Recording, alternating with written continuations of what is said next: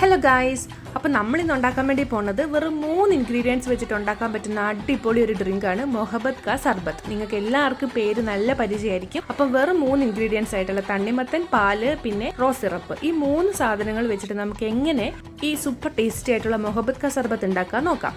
ആദ്യമായിട്ട് നമുക്കൊരു തണ്ണിമത്തൻ എടുത്ത് രണ്ടായിട്ട് മുറിച്ച് വീണ്ടും രണ്ടായിട്ട് മുറിച്ച് നമുക്കൊരു പീസ് എടുത്ത് കുനുകുനാന്ന് ചെറിയ ചെറിയ പീസുകളായിട്ട് നമ്മൾ അരിഞ്ഞെടുക്കണം. അപ്പം ഞാനിവിടെ ഇങ്ങനെയാണ് ചെയ്യുന്നത്. ആദ്യമേ തന്നെ ഇങ്ങനെ ചെറിയ ചെറിയ പീസുകളായിട്ട് ഇങ്ങനെ ചെത്തി എടുത്തിട്ട് നമ്മളൊരു പാത്രത്തിലേക്ക് ഇങ്ങനെ ചെത്തി മാറ്റുകയാണ് ചെയ്തത്. അപ്പം നിങ്ങൾക്ക് എങ്ങനെയാണോ ഇഷ്ടം എന്ന് വെച്ചാൽ അങ്ങനെ ചെയ്യാം.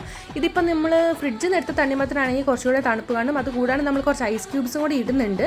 അപ്പം നിങ്ങൾക്ക് തണുപ്പിന് ആവശ്യമായിട്ട് എങ്ങനെയാണ് വേണ്ടതുണ്ടെങ്കിൽ നമുക്ക് ഫ്രിഡ്ജിൽ നിന്ന് എടുക്കാം തണ്ണിമത്തൻ, അല്ലെങ്കിൽ നമുക്ക് ഡയറക്റ്റായിട്ട് യൂസ് ചെയ്യുകയും ചെയ്യാം. ഇപ്പം ആണെങ്കിൽ പുറത്തൊക്കെ എന്ത് വെയിലാണല്ലേ, നമ്മളൊന്ന് പുറത്ത് പോയി വരുമ്പോഴത്തേന് നല്ല ക്ഷീണിക്കും. അപ്പോൾ ഇങ്ങനെ ഒരു തണുത്ത ഡ്രിങ്ക് കിട്ടുമ്പോൾ എന്ത് പൊളിയായിരിക്കും അല്ലേ. അപ്പോൾ നമ്മളിത് നേരത്തെ ഉണ്ടാക്കിയൊക്കെ വെച്ചിട്ട് ഫ്രിഡ്ജിൽ വെച്ചിട്ട് പോയാൽ സൂപ്പറായിട്ട് നമുക്ക് ഈ തണുത്ത മൊഹബത്ത് കാ സർബത്ത് കുടിക്കാം. അപ്പം നമ്മൾ തണ്ണിമത്തനൊക്കെ ഇങ്ങനെ അരിഞ്ഞെടുത്ത് ഒരു പാത്രത്തിലേക്ക് മാറ്റി വെച്ചിട്ടുണ്ട്. പിന്നീട് നമ്മളൊരു പാത്രം എടുത്ത് അതിലേക്ക് കുറച്ച് പാൽ ഒഴിച്ച് കൊടുക്കണം. പിന്നെ നമ്മൾ തണുപ്പിന് ആവശ്യമായിട്ടുള്ള ഐസ് ക്യൂബ്സാണ് ഇട്ട് കൊടുക്കണം. ഞാനിവിടെ ഒരു 3-4 ഐസ് ക്യൂബ്സാണ് ഇട്ട് കൊടുത്തിട്ടുള്ളത്. അതിനുശേഷം നമ്മുടെ റോസ് സിറപ്പ്, റൂഹബ്സ എന്ന് പറയും, അപ്പോൾ അത് വേണം നമ്മൾ ഒഴിച്ചു കൊടുക്കാൻ വേണ്ടിയിട്ട്.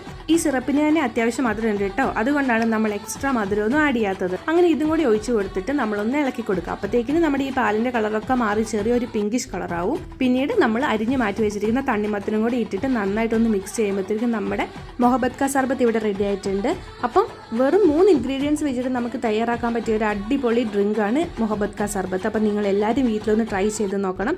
ഇഫ്താറിന്റെ സമയത്തൊക്കെ ആണെങ്കിലേ നമുക്ക് നോമ്പൊക്കെ തുറക്കാൻ വേണ്ടിയിട്ട് യൂസ് ചെയ്യാൻ പറ്റുന്ന ഒരു അടിപൊളി ഡ്രിങ്കാണ് കേട്ടോ ഇത്. അപ്പം നിങ്ങൾ റോസ് സിറപ്പ് വീട്ടിൽ മേടിക്കുമ്പോൾ ഇങ്ങനെയൊന്ന് ട്രൈ ചെയ്ത് നോക്കി നോക്കുക. നിങ്ങളുടെ അഭിപ്രായങ്ങൾ കമൻറ്റ് ബോക്സിൽ പറയണം. പിന്നെ ഈ വീഡിയോസ് നിങ്ങളുടെ ഫ്രണ്ട്സിനൊന്ന് ഷെയർ ചെയ്ത് കൊടുത്തിട്ട് അവരുടെ അഭിപ്രായങ്ങൾ ഞങ്ങളൊന്ന് കേട്ട് നോക്കട്ടെ.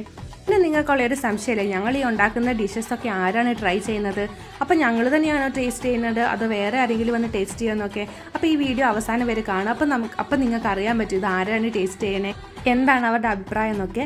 അപ്പോൾ ഓരോ ദിവസം ഞങ്ങൾ ഉണ്ടാക്കുന്ന ഓരോ ഡിഷസും ചിലപ്പം നമ്മൾ എല്ലാവരും കൂടി ഒന്നിച്ചിരുന്ന് ടേസ്റ്റ് ചെയ്യും, അല്ലെങ്കിൽ നമ്മൾ ആരെങ്കിലും കൊണ്ടൊക്കെ ടേസ്റ്റ് ചെയ്തിട്ട് അവരുടെ അഭിപ്രായങ്ങൾ ലൈവായിട്ട് കാണിക്കുന്നതായിരിക്കും. അപ്പോൾ ഇന്ന് നമ്മുടെ ഈ മൊഹബത്ത് കാ സർബത്ത് ടേസ്റ്റ് ചെയ്യാൻ വേണ്ടിയിട്ട് നമ്മൾ ലിബിനെയാണ് വിളിച്ചിരിക്കുന്നത്.